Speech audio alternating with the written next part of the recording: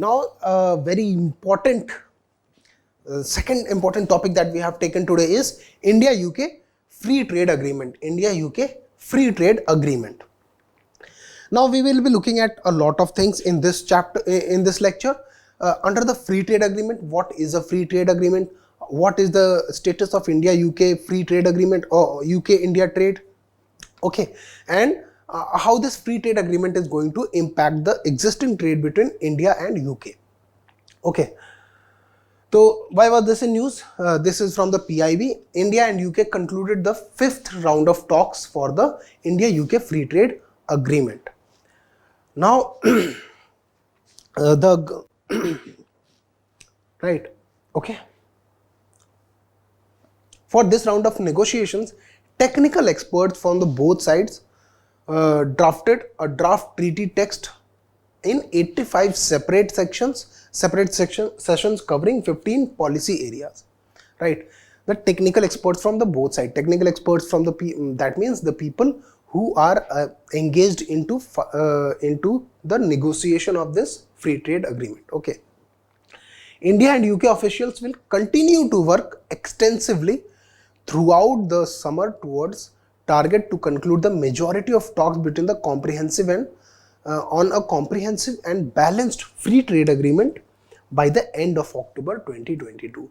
That means we are expecting that the free trade agreement between India and UK will be concluded by the October 2022, right? The agreement is estimated to double the India-UK bilateral trade to $100 billion. Okay, that means we are expecting that our trade with UK will double by 2030 up to $100 billion.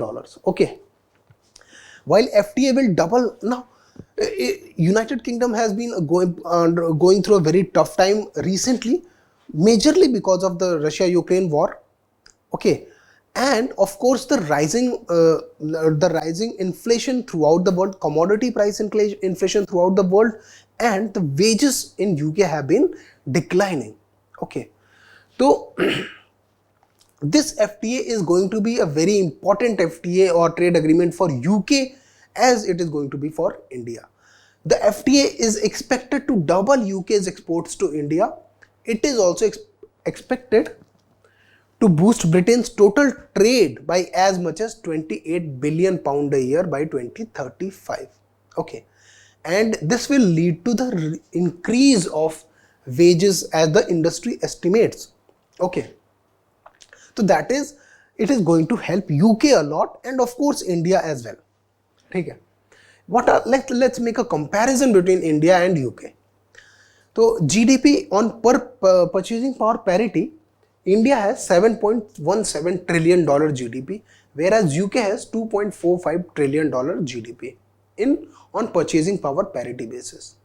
However, GDP per capita, as you can see, India has around only 5,248 pounds, whereas for UK it is 36,585 pounds.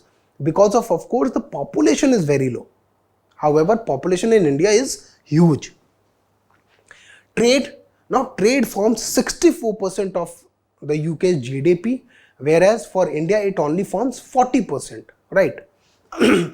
Now services population is, India's population is around 1.37 billion, whereas UK population is below 100 million. Okay, it is around 6.8 million. Agriculture value added. Now when we talk about developed and developing countries, okay, developed and developing countries, so there is a certain economic indicator that shows whether a country is developed or developing. Okay, there are three sectors in economy: primary sector, secondary sector and tertiary sector. Primary sector is basically agriculture, mining of raw materials. Okay, that means the primary sector deals with raw materials. Okay, secondary sector is manufacturing and the tertiary sector is services.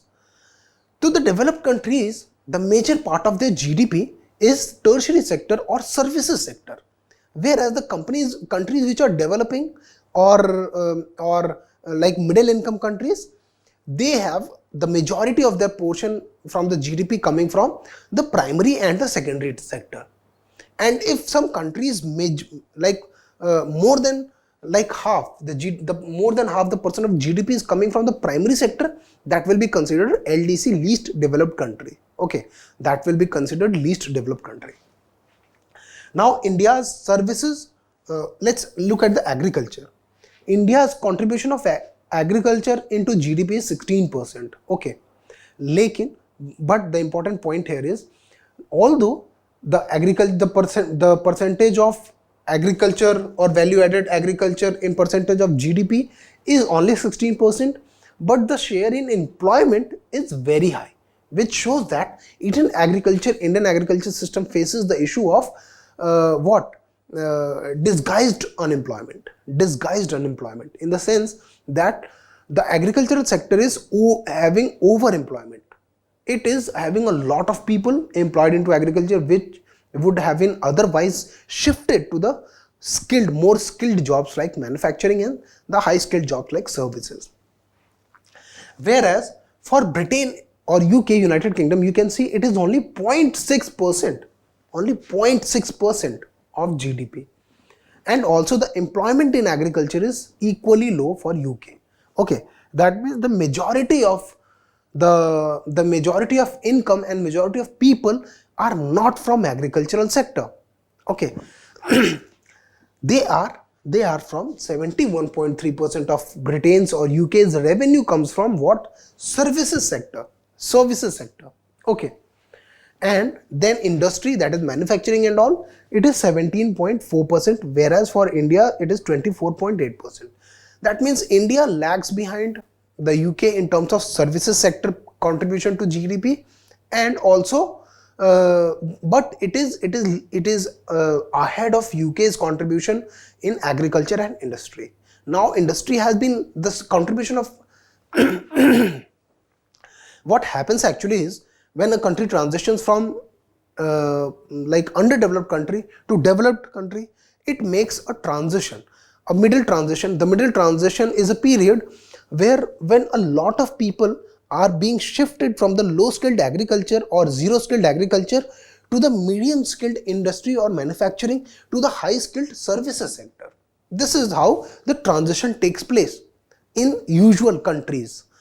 But India has been what? India has been a exception, economic exception in every case. How? In India, the transition directly took place from agriculture to services sector, and the industry or manufacturing sector has not been very efficiently utilizing the manpower that is available in India. Okay, that means either people are engaged a lot into manufacturing sector, agriculture sector, or the people are engaged a lot into the services sector. And this anomaly is also seen from the fact that around 50% of contribution comes from services sector, but the contribution of services sector into employment is very low. Okay,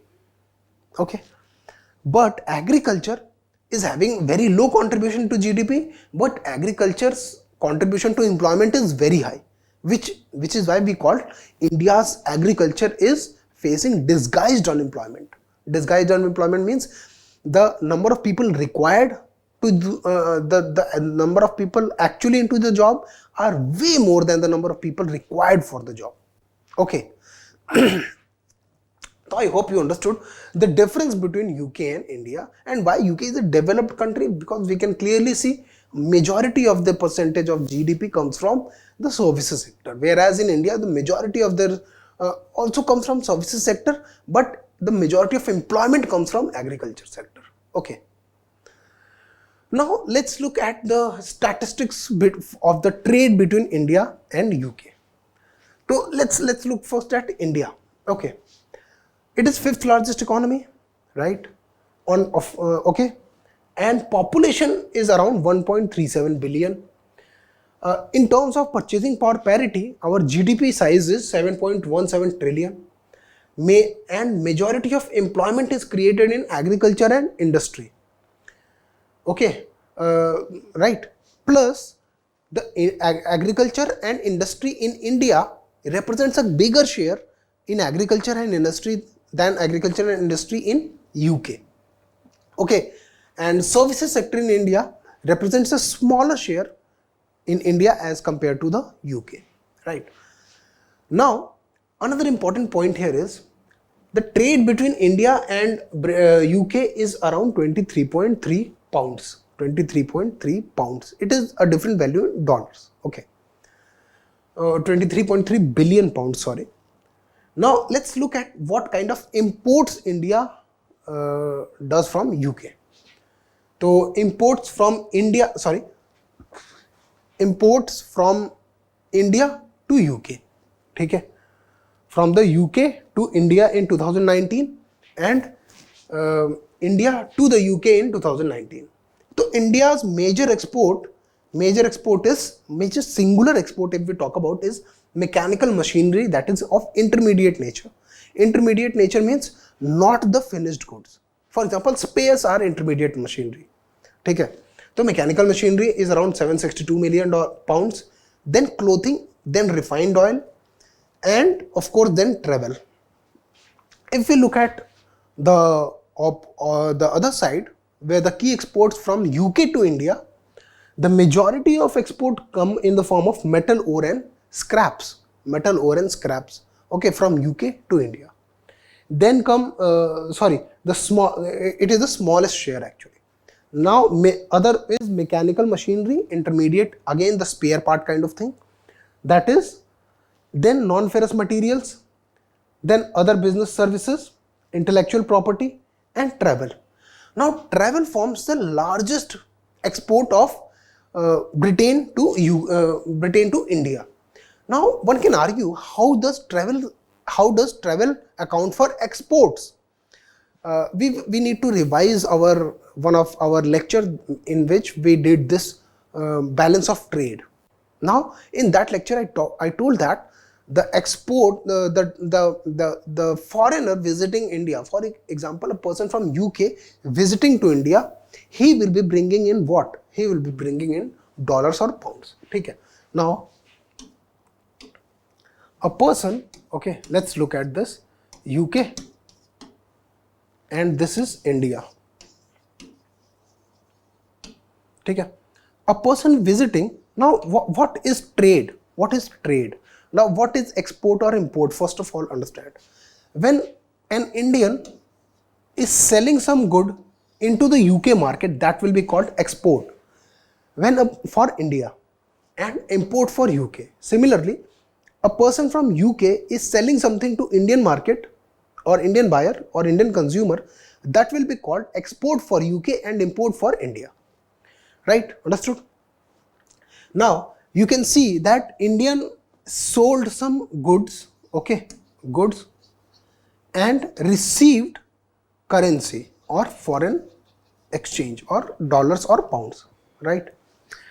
But if we look at a travel, like why are we considering travel as export from UK to India?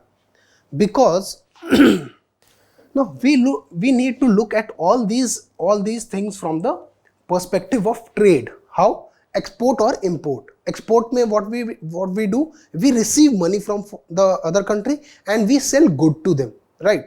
That means anything that brings India foreign dollars or foreign pounds or any currency that is foreign currency to India, that should be considered export. Like when a traveler from UK visits India, right? He brings in those pounds so that he can travel within India, and that is how we are receiving the dollars or pounds, okay, and in turn we are offering him a visit of India, and that kind of visit will be considered services. Okay, so travel is a services. Travel will be considered under services and not under the goods. Export of services. Any foreigner visiting India is an export of services for India, right? Okay. So this is the status of trade between India and the UK. Now, one point to observe here is India has imposed an average tariff on UK imports to the level of 14.6%. Okay, now if you try to understand this tariff thing, okay, what is a tariff and how India has imposed. Now I said that India has imposed a tariff of 14.6%. Okay, India has imposed a tariff of average tariff of 14.6% on imports.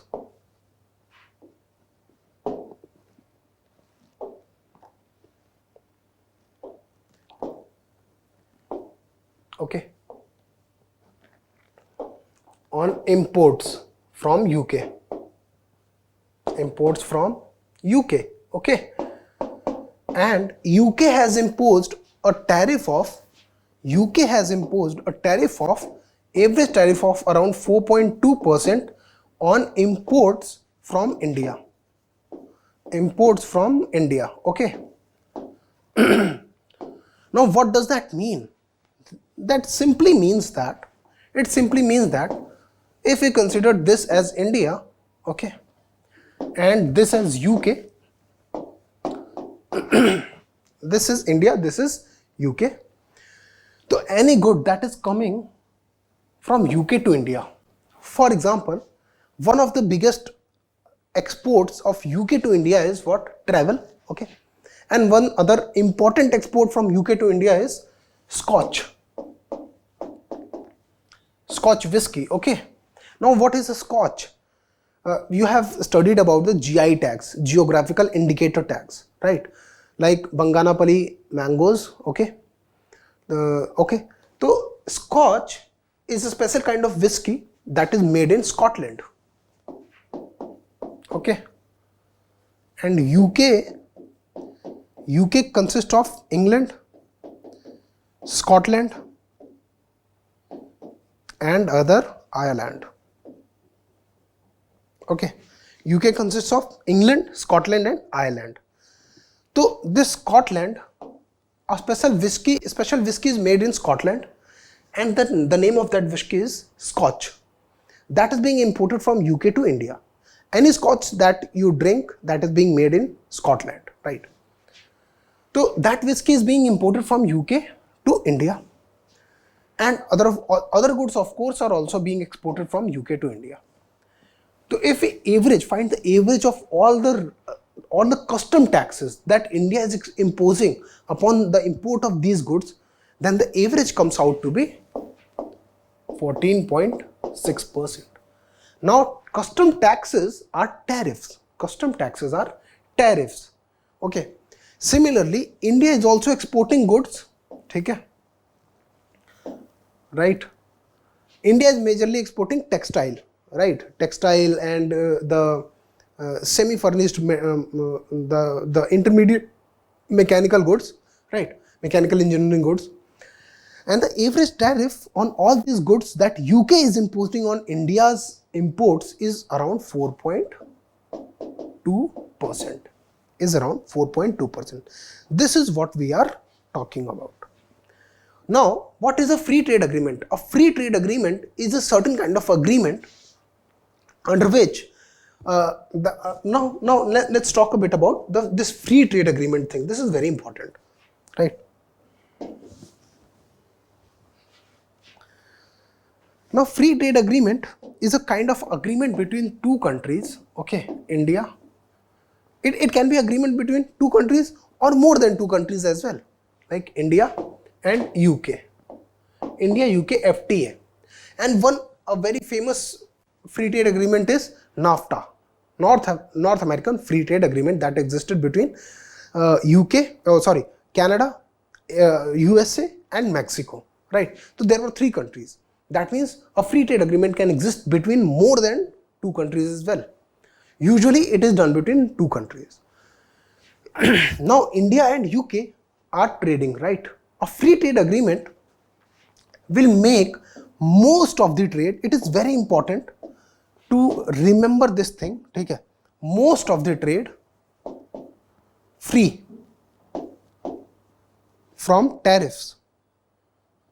It will make most of the trade free from tariffs, that most of the goods that are being exported and imported or traded between India and UK will become free of tariff, right? But there will be a negative list. It is very important to remember this point. There will be a negative list, and this can clearly come into the prelims exam, that they might provide a difference. They might ask a difference between customs union and free trade agreement, or free trade agreement and preferential trade agreement. Okay, so this consists of a negative list on which the taxes are not eliminated or the tariffs are not eliminated. Okay, so free trade agreements are those agreements under which the two countries or two or more countries can agree to trade on zero tariffs, can agree to trade on 0% tariff, or maybe a very minimal tariff, okay, on majority of the goods, but there will be a negative list of goods, that is called a list of goods, okay, which this free trade agreement will not cover. This is very important to remember, this technicality, that there will be a negative list of goods for FTA which will not be covered for elimination of tariffs under FTA is very, very important. That is the crucial difference between FTA, customs union, market and everything, preferential trade agreement as well. We'll be looking at what other trade agreements are in a while, right? Now, current status of trade, UK is the fourth largest inward investor in India after Mauritius, Singapore and Japan. One of the biggest reason is that UK is called the financial capital of the world. Financial capital in the sense a lot of financial transactions happen in London. Okay, so a lot of financial transactions happen in London. So that is why London or UK is called the financial capital of the world. And also it is said that the tax laws of UK are very relaxed, like Cayman Island. Cayman Island is of course a tax haven. UK is not a tax haven, but yes, UK is also having a very relaxed tax norm. Okay, so a lot of fund is being diverted or being laundered, money laundering. Remember the chapter that we studied into money laundering. If you search Tarun IAS money laundering, you will understand what money laundering in a very great detail. I have explained that in one of my lectures, so go through that. But since you can clearly see Mauritius and Singapore have such tax laws which make them tax havens, and that is why, despite the fact that these countries have very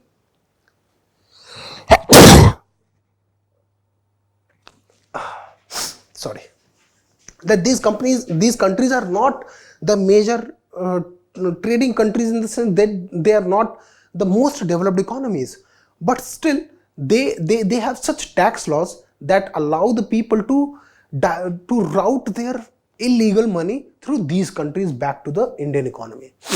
And similarly, UK is also having very such kind of taxation law which makes it a kind of tax haven, and then it is used to route the dirty money that is being flown out of the country back to the economic system of India. Okay, so that apart, of course UK, a majority of legitimate business is also coming from UK.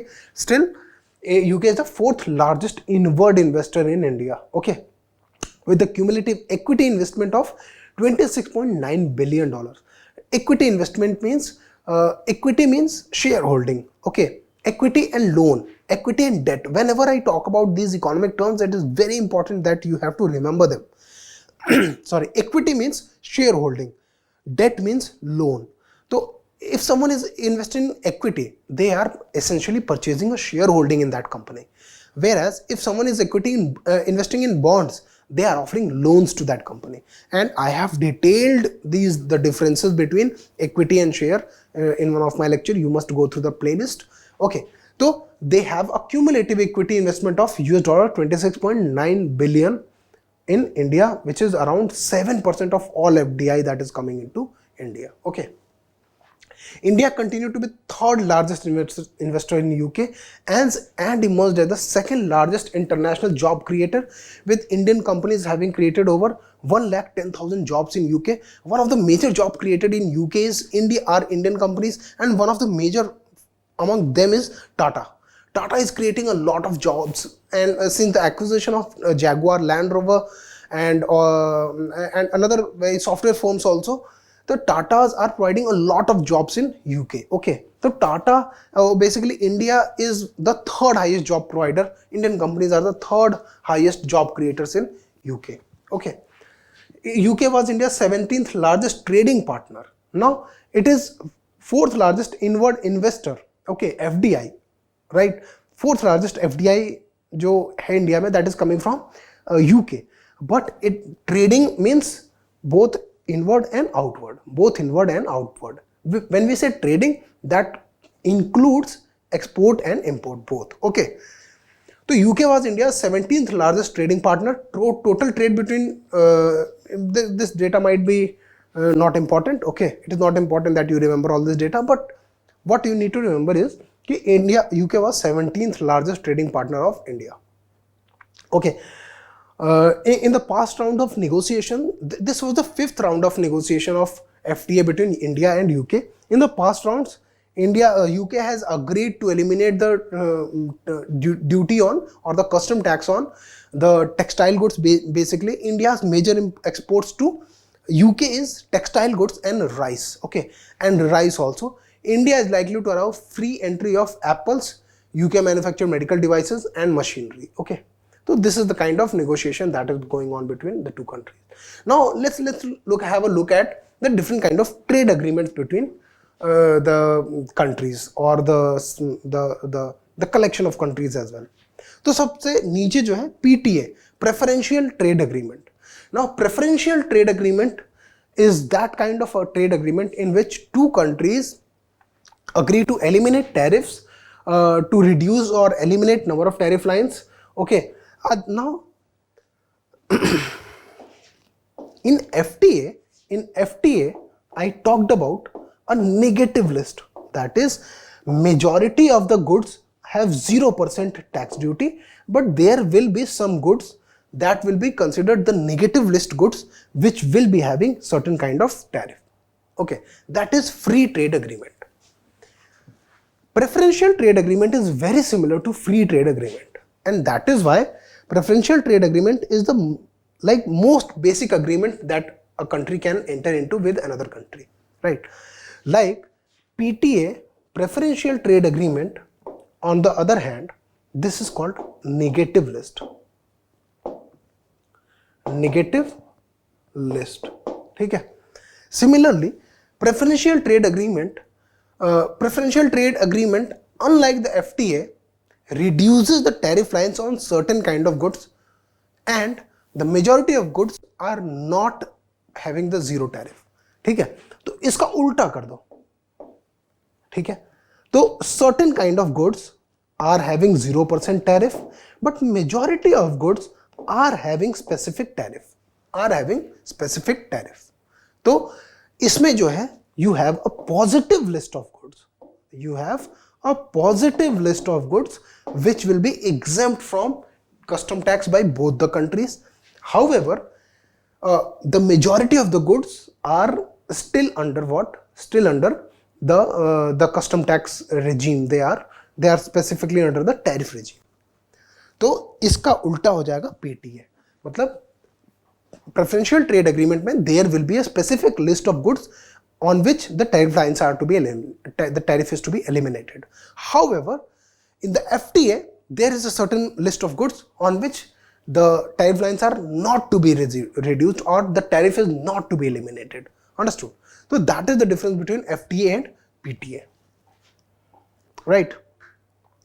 CECA is not important. Now custom union is important, common market is important, and economic market are important. CECA is not important. PTA, FTA, custom union, common market and economic market. Now what is custom union? Now you can see this diagram.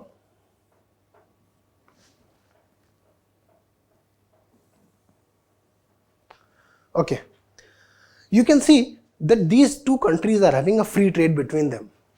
Okay, these two countries are having free trade between them, and I told in the very beginning that free trade agreement can exist between two countries or more than two countries. One such free trade agreement is NAFTA, right? When these two countries are trading, so they are not using any kind of tariff between them except for the negative list goods. What happens if these two countries decide that with respect to the third country, they will be imposing the same kind of tariff? They will be anyways, for example, there's a country called A and there's a country called B, right?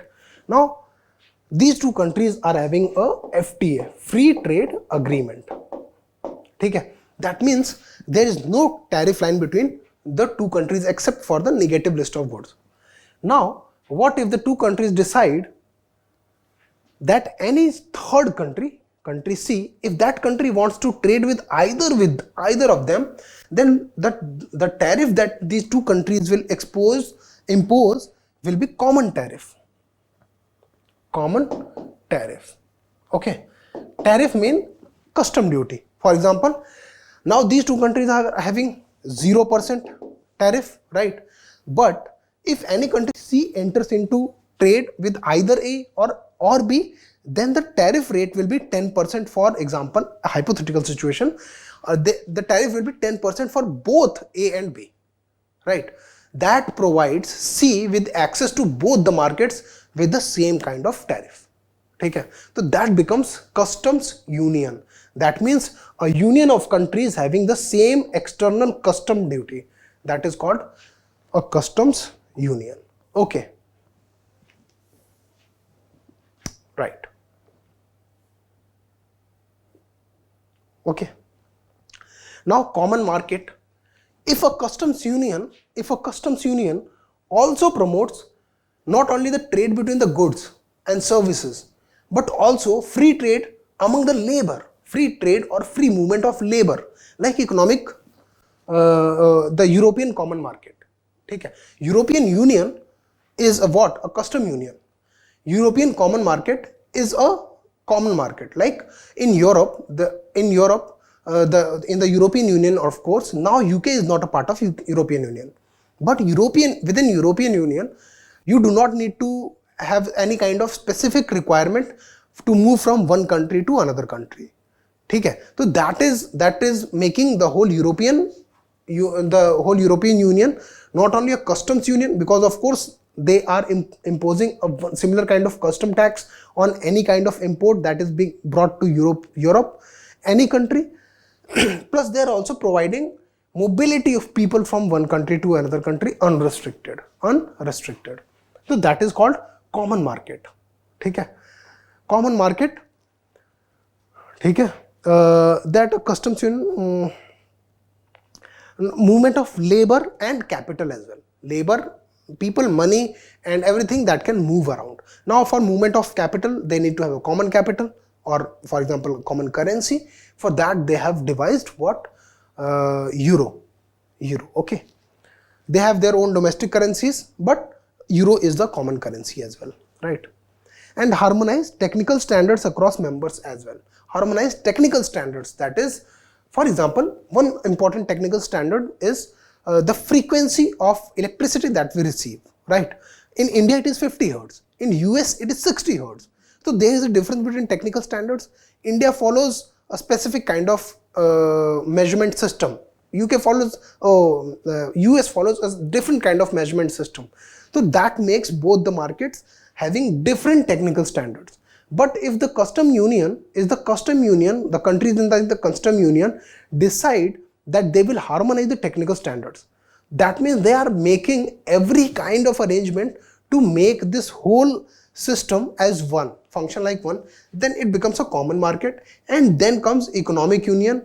That is when all this happens and these countries decide to make or harmonize their monetary policies as well. Okay?